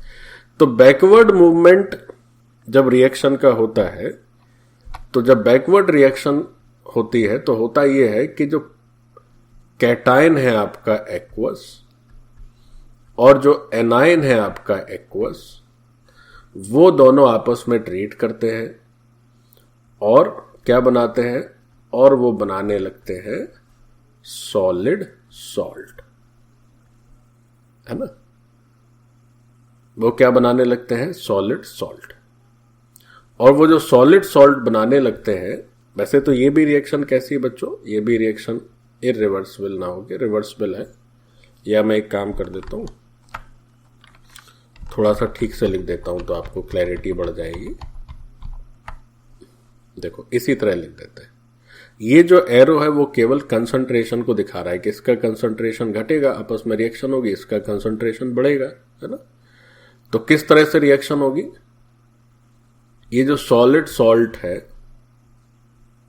ये सॉलिड सॉल्ट क्या बनाता है भाई, प्लस एक्वस और माइनस एक्वस, इसमें डिसोसिएट हो रहा था, लेकिन अब इनका कंसंट्रेशन ज्यादा हो गया तो ये रिएक्शन कहां जाने लगी, रिएक्शन जाने लगी बैकवर्ड। तो बैकवर्ड जाने लगी तो ये सॉल्युबल आयंस क्या करेंगे, सॉल्युबल आयंस इनसॉल्युबल सॉल्ट को प्रोड्यूस करना स्टार्ट कर देंगे, and that is the moment of precipitation, है ना। तो होता क्या है कि जो सॉल्युबल आयंस होते हैं ये बनाने लगते हैं इनसॉल्युबल सॉल्ट्स को, इनसॉल्युबल सॉल्ट, और इनसॉल्युबल सॉल्ट को एक वर्टिकली डाउनवर्ड एरो से हम लोग रिप्रेजेंट कर देते हैं। तो किसी भी रिएक्शन में आप बचपन से पढ़ते आ रहे होंगे, vertical downward arrow product side में लगने का मतलब होता है, इसे ही हम लोग बोलते हैं प्रेसिपिटेशन। प्रेसिपिटेशन, और हिंदी में शुद्ध समझे तो कोई भी ऐसी चीज जो सॉल्युबल ना हो। इनसॉल्युबल सॉल्ट है चूंकि, तो रिएक्शन जब उल्टी जाएगी तो ये सॉल्युबल आयंस इनसॉल्युबल सॉल्ट का फॉर्मेशन करेंगे और उसी को टर्म नाम दे दिया जाता है प्रेसिपिटेशन। तो अगर QI ग्रेटर देन KSP हो गया तो रिएक्शन बैकवर्ड जाएगी और इसी को हम बोलते हैं precipitation starts. Precipitation starts. So what is the precipitation? You can also say that precipitation is just reverse to the ionization. Salt का soluble ions में टूटना ionization हो गया, soluble ions का salt वापस से बना देना precipitation हो गया, complete। तो QI की वैल्यू देखी, KSP से कंपेयर किए, आप बता पाएंगे कि रिएक्शन में और आयनाइज। बच्चों तुम लोग को प्रेसिपिटेशन टर्म समझ में आ गया?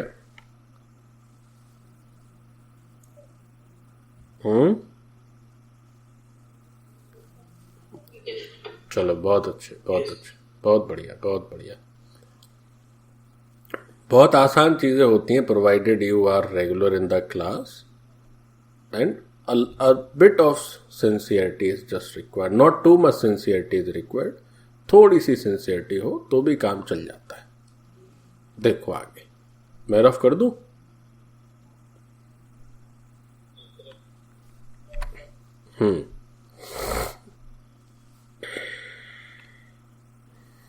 तो हमें एक बात याद रखनी चाहिए, वो बात यह है कि प्रेसिपिटेशन is just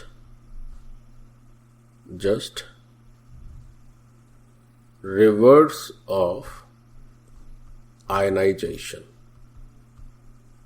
प्रेसिपिटेशन जो है वो आयनाइजेशन का ठीक उल्टा होता है। एक तो ये बेसिक बात ध्यान में रखनी है, ठीक। और दूसरी बात ये याद रखनी है कि by using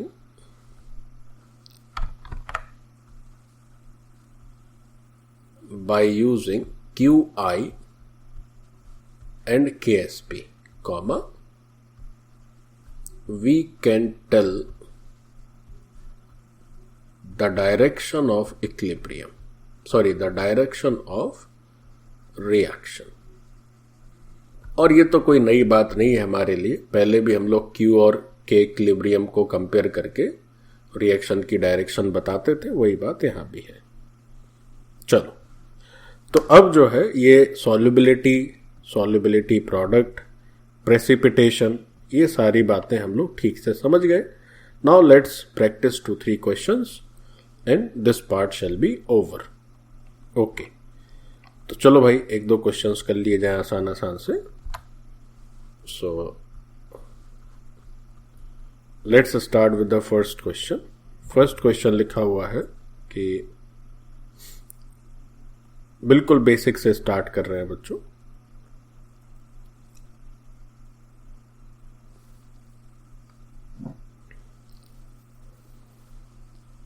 So, solubility of, question please note down, solubility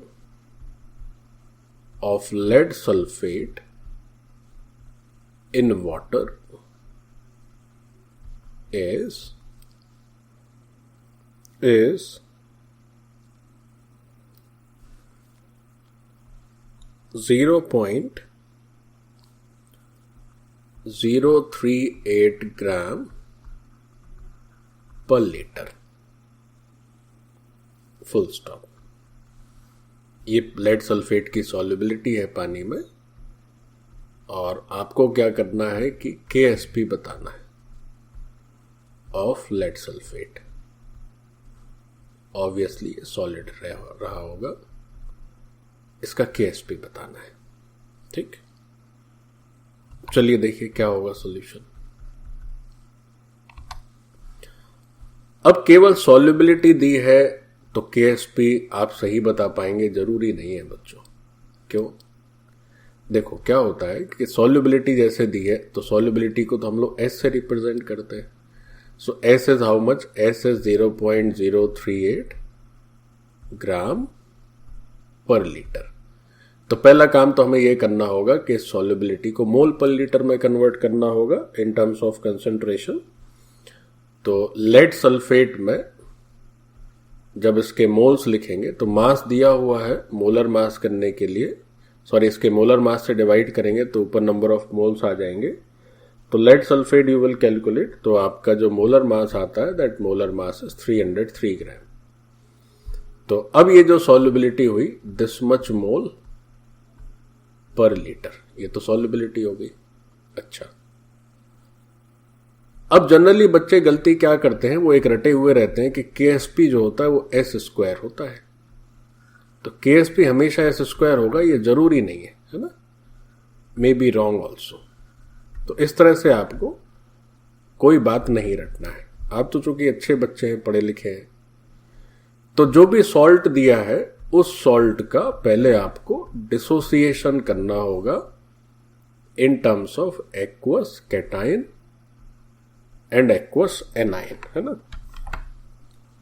तो लेड सल्फेट है तो it gets converted into lead 2+ ion aqueous and sulphate 2- ion again aqueous. पानी लिखें न लिखें फर्क नहीं पड़ता है, आप ऊपर भी लिख सकते हैं इसके पानी क्योंकि सॉलिड को पानी में घोलेंगे तभी तो एक्वस आएगा। एनीवेज, अब जो सॉल्युबिलिटी ऑलरेडी किसी भी क्वेश्चन में दिया है अगर, तो उसका मतलब है सॉल्युबिलिटी हमेशा इक्विलिब्रियम पर ही चेक किया जाता है, क्योंकि जितना सैचुरेशन हो सके हो जाए, उसके बाद फिर घुलने के लायक ना रहे।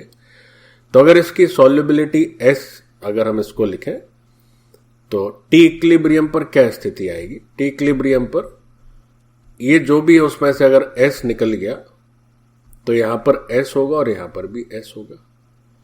अब यहां पर S और S इसलिए है बच्चों because lead sulphate, lead 2+, sulphate 2- सभी में एक ही एक स्टोइकियोमेट्रिक कोफिशिएंट है।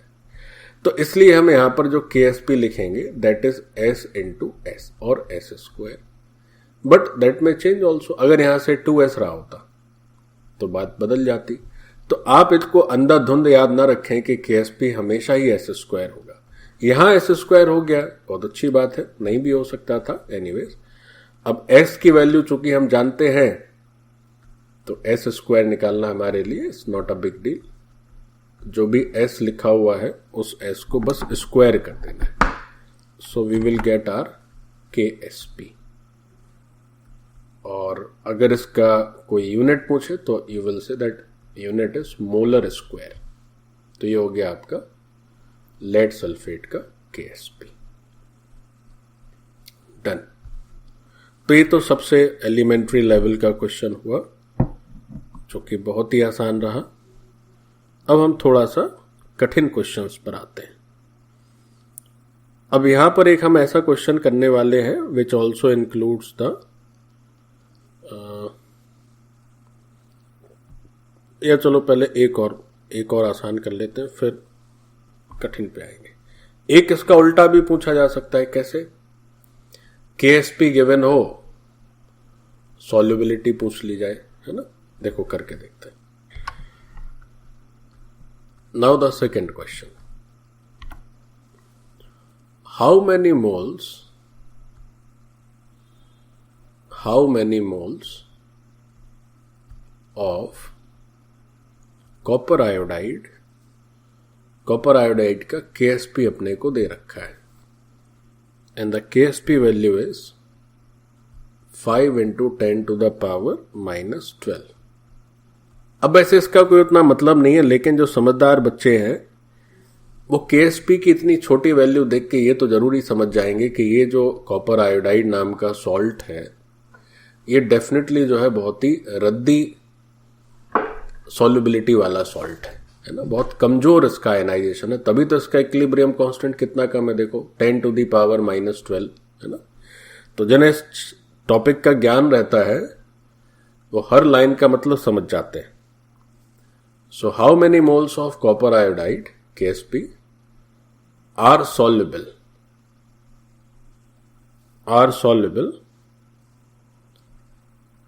in its 1 liter solution.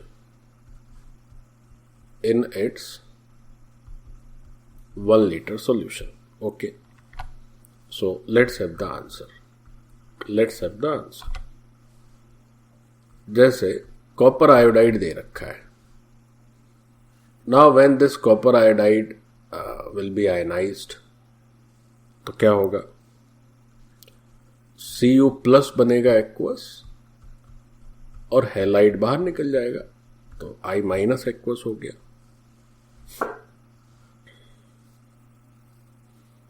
अब जब इक्विलिब्रियम की बात होगी तो इसका जितना पार्ट घुलने वाला है, यानी अगर इसका S मोल पर लीटर घुलेगा तो यहां S का फॉर्मेशन होगा और यहां भी S का ही फॉर्मेशन होगा. ध्यान रखना है कि KSP में इनका तो यूज होना ही नहीं है. क्यों नहीं होना है भाई? क्योंकि ये तो सॉलिड के कंसंट्रेशन है.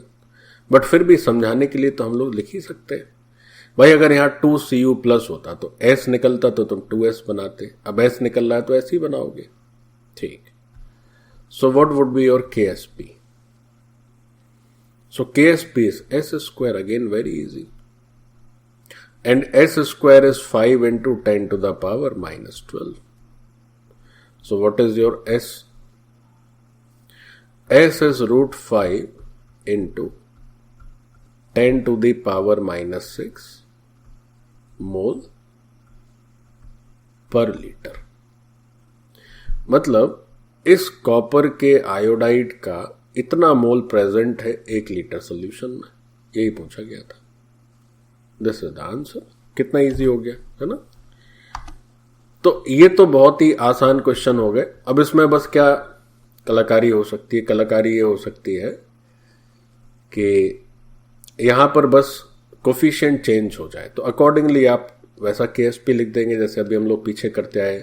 जैसे एक बार हम लोगों ने A2B3 किया था या AXBY किया था, तो accordingly you will put the values and get the answer. तो either you will have the KSP and पूछेंगे कि सॉल्युबिलिटी बताइए, फिर सॉल्युबिलिटी मालूम होगी तो KSP बताइए. अब एक थोड़ा अच्छे दर्जे का सवाल करते हैं हम लोग, जिसमें कि थोड़ा सा कॉमन आयन इफेक्ट का बच्चों यूज होगा, है ना. So let's have the question. उसको भी चलो कॉपर आयोडाइड का ही कर लेते. Now come to the third question. देखें थर्ड क्वेश्चन क्या है. थर्ड क्वेश्चन है कि how many moles of copper iodide, again KSP will remain same, 5 into 10 to the power minus 12 molar square, will dissolve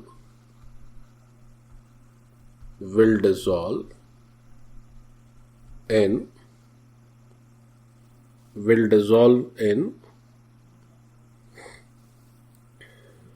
say 0.1 molar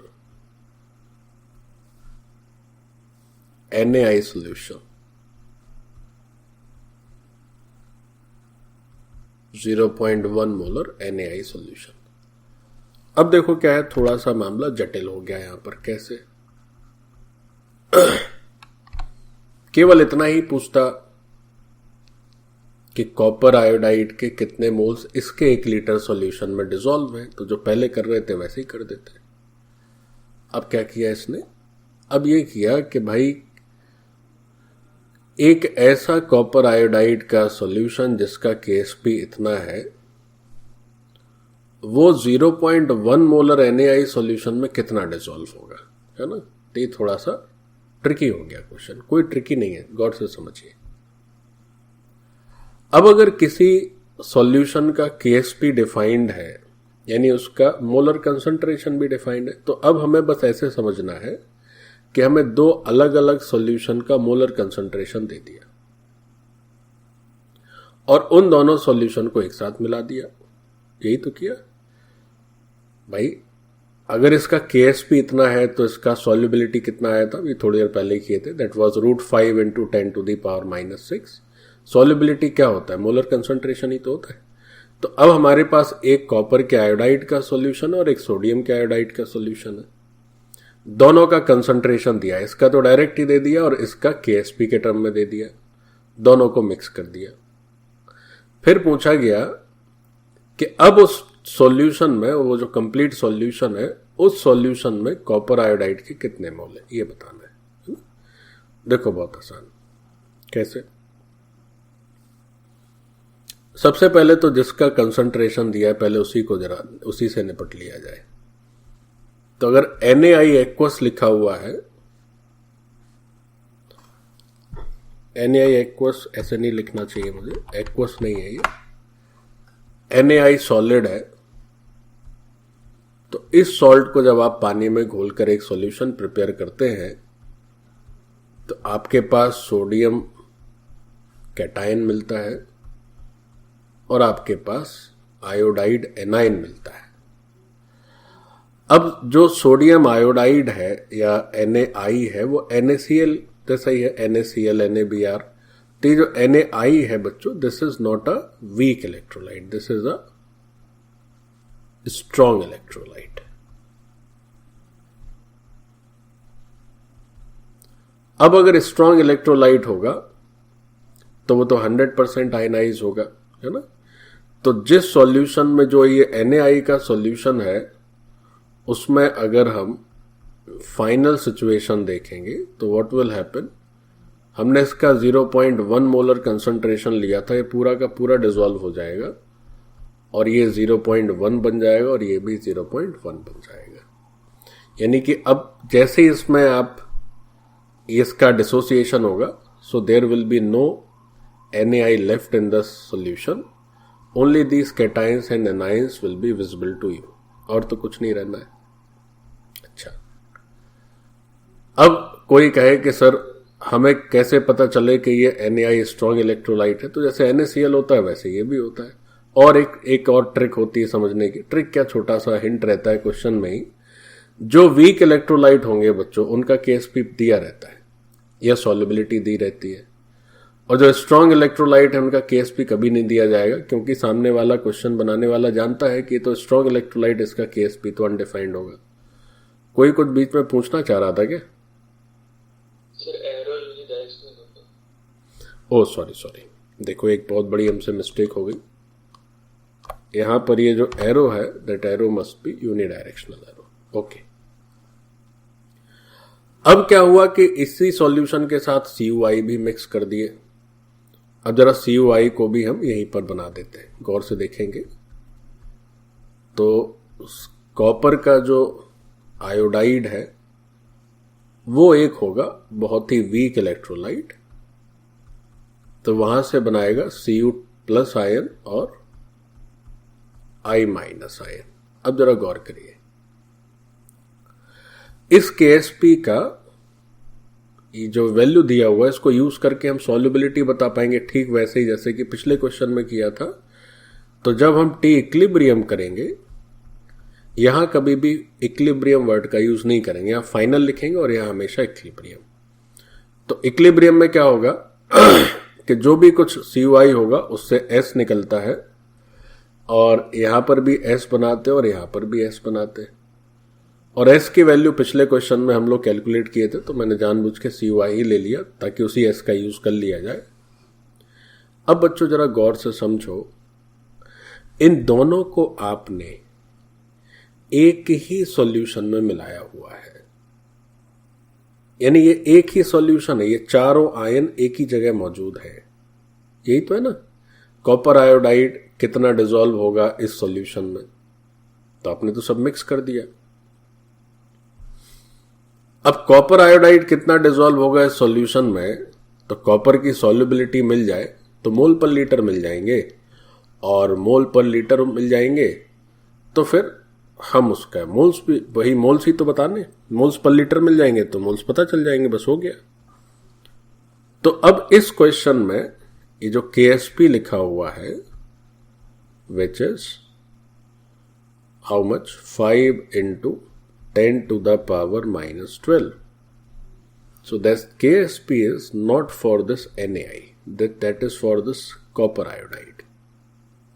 तो फिर से इसको S² कर देते हैं, तो फिर से यहां से S की वैल्यू क्या हो जाएगी, √5 × 10⁻⁻6 मोल्स पर लीटर।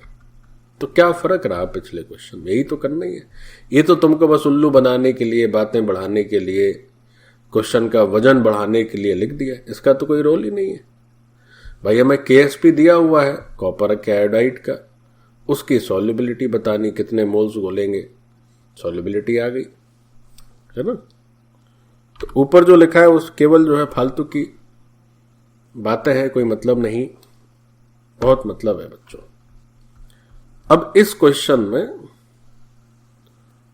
इस तरह का आंसर अगर आप दे रहे हैं तो मतलब है कि आप एकदम अनाड़ी हैं, आप जानते ही नहीं आयनिक होता क्या है।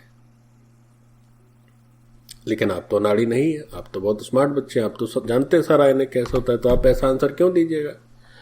देखिए, now we are having a one solution having 2 components, उसमें हमने ये NaI वाला सॉल्ट भी और उसमें ये कॉपर के आयोडाइड वाला भी सॉल्ट है।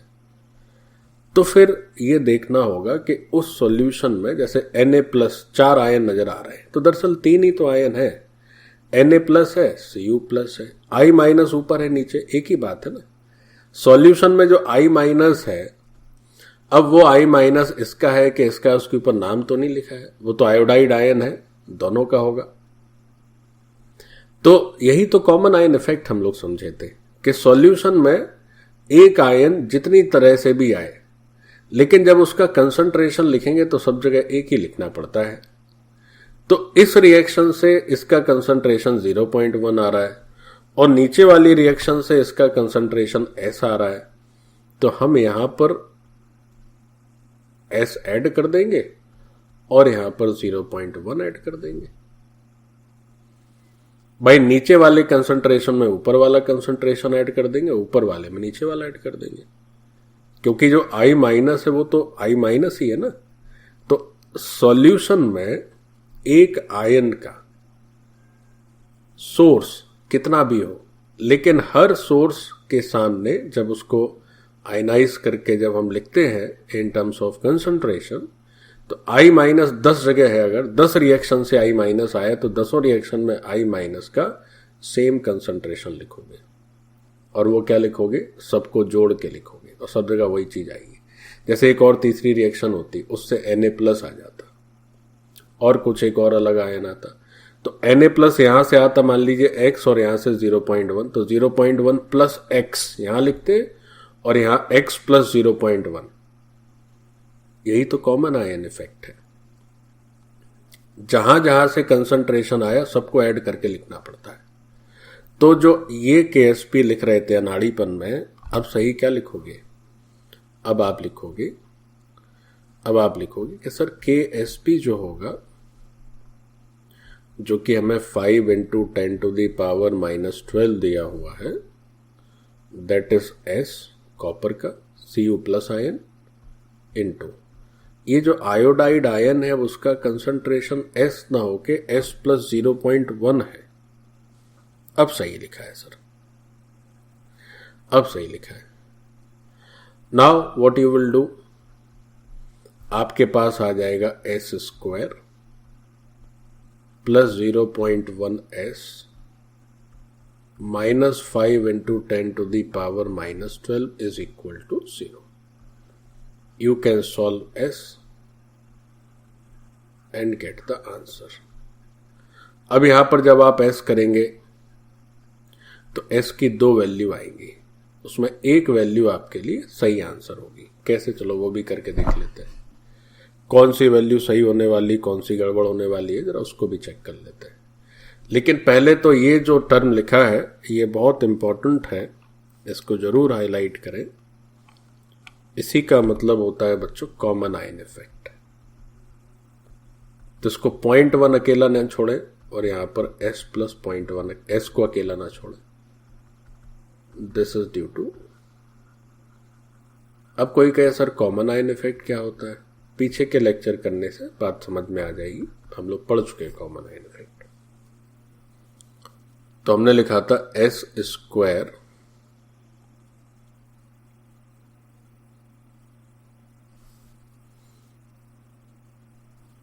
Plus 0.1 S minus 5 into 10⁻⁻12 is equal to 0। तो S की वैल्यू क्या हो गई, minus B plus minus B square minus 4AC divided by 2A। ठीक, डिवाइडेड बाई 2A। तो भाई जरा सॉल्व कर लेते हैं। ये कई बार सॉल्यूशन छोड़ देते हैं हम लोग और फिर बाद में पता चलता है कि सब कुछ कर लिए, सॉल्व ही नहीं कर पाए। तो बच्चों ये जो 10⁻⁻2 है ये, तो यहां दोनों जगह से 10⁻⁻2 अगर बाहर कॉमन ले लें तो वो 10⁻⁻1 हो जाएगा, तो 0.1 आ जाएगा। तो ये हो जाएगा आपका 1 और ये हो जाएगा 10⁻⁻2 कॉमन ले लिया तो -10 रह गया ये। तो ये 2 इंटू 10⁻⁻9 हो जाना है और डिवाइडेड बाई 2 हो जाना है। अब जरा गौर से समझिए बच्चों, ध्यान से मेरी बात को देखिए। अगर आप यहां पर 2 ऑप्शन है, either you take plus sign और यू टेक माइनस साइन। अब अगर आप माइनस का साइन लेते हैं तो ये जो कुछ भी रूट के अंदर लिखा हुआ है वो 1 से तो डेफिनेटली बड़ा है, और अगर 1 से बड़ा है तो उसका जो स्क्वायर रूट आने वाला है वो स्क्वायर रूट भी डेफिनेटली क्या है, 1 से ज्यादा ही है ना। अगर अंदर की चीज 1 से ज्यादा तो स्क्वायर रूट भी 1 से ज्यादा है। तो ओवरऑल ये 0.1 से बड़ा हो जाएगा और यहाँ पे 0.1 है, तो 0.1 में से उससे बड़ा घटाओगे तो नेगेटिव आने लगेगा। तो जब आप माइनस का साइन लेते हैं तो आपका जो S आता है that is a negative value. Solubility can not be a negative value, so this will be wrong. यहां से आपका S पॉजिटिव आएगा, this will be right. Now if you are asked about the exact value, then how can you solve this? अब देखो solve करना बहुत easy है। कैसे, पहले तो माइनस तो ऐसे ही बेकार हो गया, प्लस का साइन लिए। अब 1 में आप ऐड कर रहे हैं 2 इंटू 10⁻⁻9, तो 1 की हैसियत पे क्या फर्क पड़ेगा, लगभग एक ही रहेगा, उसका रूट भी एक ही रहेगा।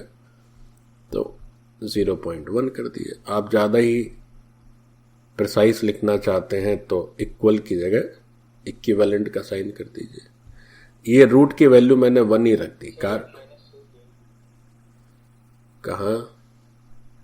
0.1 से पहले माइनस फर्स्ट। अरे टोपे नाथ, कहाँ छोड़े इसको, तो हटा दिए ना, तो गया काम से। 0.1 प्लस माइनस रूट में तो माइनस फर्स्ट में, यहाँ फर्स्ट वाले जीरो, उससे पहले वाले 0.1। अच्छा यहाँ, ओ अच्छा अच्छा, ये थोड़ी सी गड़बड़ी हो गई। यहाँ भी तो माइनस ही चल रहा है, तो ठीक है। अब तो भाई बड़ा रायता फैल गया फिर। अब जो है ना बड़ा रायता फैल गया। कैसे? इसलिए रायता फैल गया क्योंकि 0.1 चलो कॉमन लिख दिए, तो पहले जो हम टेक्निक सोच रहे थे वो टेक्निक अब काम नहीं कर पाएगी। कैसे? 0.1 कॉमन आ गया, यहाँ पे आ गया -1, और यहाँ माइनस तो डिस्कार्ड ही हो गया, और रूट के अंदर कितना आ जाएगा 1 + 2 × 10⁻⁻⁹ एंड दिस विल बी 2। ठीक, तो भैया अब समस्या ये है कि अब इसका रूट निकाले तो कैसे निकाले। एक से थोड़ा सा बड़ा तो है, इतनी तो गनीमत है, और उसमें से एक घटा रहे हैं तो लगभग 0 ही के आसपास आंसर आएगा। 0 से थोड़ा सा बड़ा आएगा। तो हम अब ज़्यादा इसकी चर्चा में नहीं पड़ते हुए क्या करते हैं, इससे छुटकारा पा लेते हैं, मोल पर लीटर लिख के निकल लेते हैं, तो शायद ज़्यादा समझदारी हो जाएगी। ठीक है। एक्चुअली एग्जाम में when they will give you the question, there is definitely some calculative arrangement कि आप उसको आंसर को ठीक से लिख पाएंगे। अभी आप इतना लिख के छोड़ सकते हैं। एक और कर लेते हैं, गौर से देखें। जैसे एक सॉल्यूशन है बच्चों, और उस सॉल्यूशन में NaCl मिला हुआ है।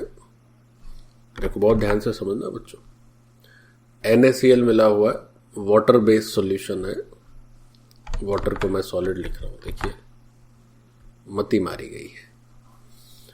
तो NaCl मिला हुआ है, तो NaCl को जब पानी में डालेंगे तो it is ionize 100%। So Na + Cl - aqueous। एक तो ये बात हो गई। इसका कंसंट्रेशन C1 दिया हुआ था। ठीक, तो ये पहली बात हो गई।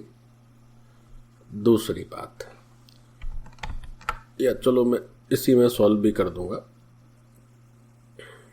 दूसरा से KCl दिया हुआ है, एक दूसरा सॉल्ट है KCl, वो भी उस सॉल्यूशन में हमने डाल दिया, और उसका इनिशियल कंसंट्रेशन C2 दे रखा है। तो वो जब आयनाइज होगा तो K + Cl- में आयनाइज हो जाएगा। और जो तीसरा सॉल्ट है विच इज AgCl, वो भी उसमें मिलाया हुआ है, और उसका इनिशियल कंसंट्रेशन से C3 दिया हुआ है, और वो जब आयनाइज होगा तो Ag+ और Cl- में आयनाइज हो जाएगा। ओके, तो ऐसा क्वेश्चन पूछा जाए कि भाई एक सॉल्यूशन है and that is C1 molar with respect to NaCl, C2 molar with respect to KCl and C3 molar with respect to AgCl, and you need to find, या ऐसा बोल दिया है कि AgCl का KSP दिया है, तो AgCl की सॉल्युबिलिटी बताइए क्या होगी, है ना। कैसे क्वेश्चन पूछा गया, लिख देते हैं कि अ सॉल्यूशन। बच्चों क्या होगा ना कि जब आपकी किसी चैप्टर पर अच्छी पकड़ बन जाती है तो आप भी मन में ऐसे क्वेश्चन सोच पाएंगे, है ना। ये बस अभी ये जो है मैं जो क्वेश्चन आपको बता रहा हूं, ये अभी मेरे दिमाग में आया और मैं अभी आपको बता रहा हूं, but it's not a very very big deal. आप भी जब थोड़ा सा भी सीख जाएंगे ना तो ये सब आप अपने मन में खुद ही सोच पाएंगे, आप इससे बेहतर कर सकते हैं, है ना। So a solution is C1 molar, बस ठीक से समझने की जरूरत है, रटने से नहीं होगा कभी। अ solution is C1 molar with respect to NaCl, comma C2 molar with respect to KCl and C3 molar with respect to AgCl. Full stop. Ksp of AgCl is equal to lambda. Find solubility of AgCl in the solution. ठीक, ये थोड़ा सा यहां पर एक technical fault हो गया question लिखने में मुझसे। This must be a reversible sign, now it's fine. तब अपने को AgCl की सॉल्युबिलिटी बतानी है कि इस सॉल्यूशन में वो क्या होगी। सो लेट अस सी। चूंकि मैंने क्वेश्चन इतना बड़ा है, मैं अगले पेज में न लिख के यहीं पे सब निपटा दूंगा, तो मैं जो भी अब सॉल्यूशन की बातें लिखने वाला हूं वो ब्लू पेन से लिखने वाला हूं, है ना। So the green pen and the white pen constitute the question, and now blue pen is going to constitute the answer. ठीक, but it's my request that you please write the answer separately. तो आपको क्या करना है, आपको सबसे पहले जब आप सॉल्यूशन लिखेंगे तो सॉल्यूशन में सबसे पहले ये रिएक्शन लिखना है। ये लिखिए। ये लिखने के बाद इस तरह से C1 भी लिख देना है, ठीक है, और यहां पे लिख देना है T इक्वल टू 0 और फिर लिखना है T फाइनल, या केवल आप फाइनल भी लिख देंगे तो भी चलेगा, या फाइनली लिख देंगे तो भी चलेगा। तो finally what will happen, as this is a strong electrolyte NaCl, C1 100% dissociate हो जाएगा, यहां पर C1 आ जाएगा और यहां पर भी C1 आ जाएगा। Then you will write this reaction और उसमें लिखेंगे कि T इक्वल टू 0 पर ये C2 था, और finally what happened, this is also a very very strong electrolyte KCl, so 100% C2 gets dissociated, तो यहां C2 बन गया और यहां पर C2 बन गया। फिर ये जो बेचारा AgCl है ये थोड़ा सा कमजोर पड़ता है इलेक्ट्रोलाइट के मामले में, तो T इक्वल टू 0 पर ये C3 था। अब यहां फाइनल वर्ड का यूज ना करके, वैसे यहां भी फाइनल लिख सकते हो, पर अंडरस्टूड है कि वहां पे फाइनल दी एंड है और यहां पे फाइनल इक्विलिब्रियम है, तो इक्विलिब्रियम लिखो तो ज्यादा बढ़िया। तो C3 में से कुछ S डिसोसिएट किए हम, तो S ही यहां बनाने वाले और S ही यहां भी बनाने वाले। नाउ अब जरा गौर से समझें, बहुत ध्यान लगा के समझें बात को। अब अगर हमें ये तीनों ही इलेक्ट्रोलाइट एक ही सॉल्यूशन में पाए गए, यह काम और करते हैं बच्चों, थोड़ा सा कलर्स का और मैं हेर फेर कर देता हूं। कैसे, ये जो पहला वाला है इसमें क्या करते हैं, इसको हम पिंक से लिख दे रहे हैं। ये कलर वलर क्यों कर रहे हैं, केवल सुंदर लगे इसके लिए नहीं, थोड़ा सा आपको ठीक से समझाने के लिए। तो यहां पर मैंने पिंक से C1 लिखा और यहां पिंक से C1 लिखा। दूसरा जो है उसको मैं कर दे रहा हूं येलो से, this is C2 and finally this is 0, this is C2 and this is C2। Third वाला ब्लू से ही बना रहने देता है। अब हमसे नेचुरली NaCl और KCl का तो KSP पूछा ही नहीं जाना है, AgCl का ही पूछा जाना है, तो KSP कैसे लिखा जाएगा, है ना। नीचे लिखते हैं हम, ये सॉल्यूशन का ही हिस्सा है बच्चों। तो जब हम AgCl का KSP लिखेंगे तो हम लिखेंगे कि Ag प्लस का कंसंट्रेशन लिखना होगा हमें और Cl माइनस का भी लिखना होगा सर। चूंकि यहाँ कोई कोफिशिएंट नहीं है तो कोई पावर आवर का झंझट ही नहीं है, 1 ही पावर आना है, तो Ag प्लस का कंसंट्रेशन और Cl माइनस का। अब चूंकि all these 3 electrolytes are present in the same solution, so all these cations and anions are also present in the same solution. तो Na प्लस यहाँ पर है और कहीं तो है नहीं, तो C1 है तो C1 ही रहा, K प्लस C2 है तो C2 ही रहा, Ag प्लस S है तो S ही रहा। चूंकि ये तीनों आयंस और तो कहीं पाए नहीं जा रहे। अब Cl माइनस पर जरा गौर करें। Cl माइनस पहले इलेक्ट्रोलाइट से भी आ रहा है, दूसरे से भी आ रहा है, तीसरे से भी आ रहा है। तो उस सॉल्यूशन में जो 3 तरह के Cl माइनस जनरेट हो रहे हैं उसमें किसी पे नाम नहीं लिखा रहता है कि नहीं हम NaCl के हैं, हम KCl के हैं, अरे हमको मत परेशान करो हम तो AgCl के हैं। ऐसा नहीं होता है। सब जो है Cl माइनस ही है। सॉल्यूशन में Cl माइनस है तो सब एक जैसे Cl माइनस है। तो अब Cl माइनस का कंसंट्रेशन यहां पर आप C1, यहां C2 और यहां S नहीं लिख सकते हो। अलग अलग कैसे लिख सकते हो? एक ही सॉल्यूशन है तो एक कंसंट्रेशन होगा ना। आप 10-10 कैसे कह सकते हो? तो आपको सभी Cl माइनस का कंसंट्रेशन सेम करना होगा। और सेम क्या करना होगा? टोटल कंसंट्रेशन ऑब्वियसली लिखना होगा। तो C1 यहां पे लिखे, यहां C2 कर दो, यहां भी C2 कर दो। मैंने पीले पेन से C2 क्यों लिखा? क्योंकि C2 जो एक्चुअल आया है that is from yellow pen. अच्छा, अब S कर दो यहां पर। अच्छा, अब यहां पर C1 कर दो। अब देखो तीनों एक जैसे हो गए। सबसे पहले तो जो ओरिजिनल है वही लिखने हैं। ये C1 है तो पहले C1 लिखोगे, C2 लिखोगे, S लिखोगे। उसके बाद इसका C2 दोनों में ऐड करोगे, इसका C1 दोनों में ऐड करोगे जहां जहां नहीं है, फिर ये जो नीचे S है उसको भी दोनों में ऐड करोगे, तो सब एक जैसे हो जाएंगे। Now it's fine. सो अब आपका जो सही आंसर KSP का होगा that is Ag plus which is S and Cl minus is S plus C2 plus C1.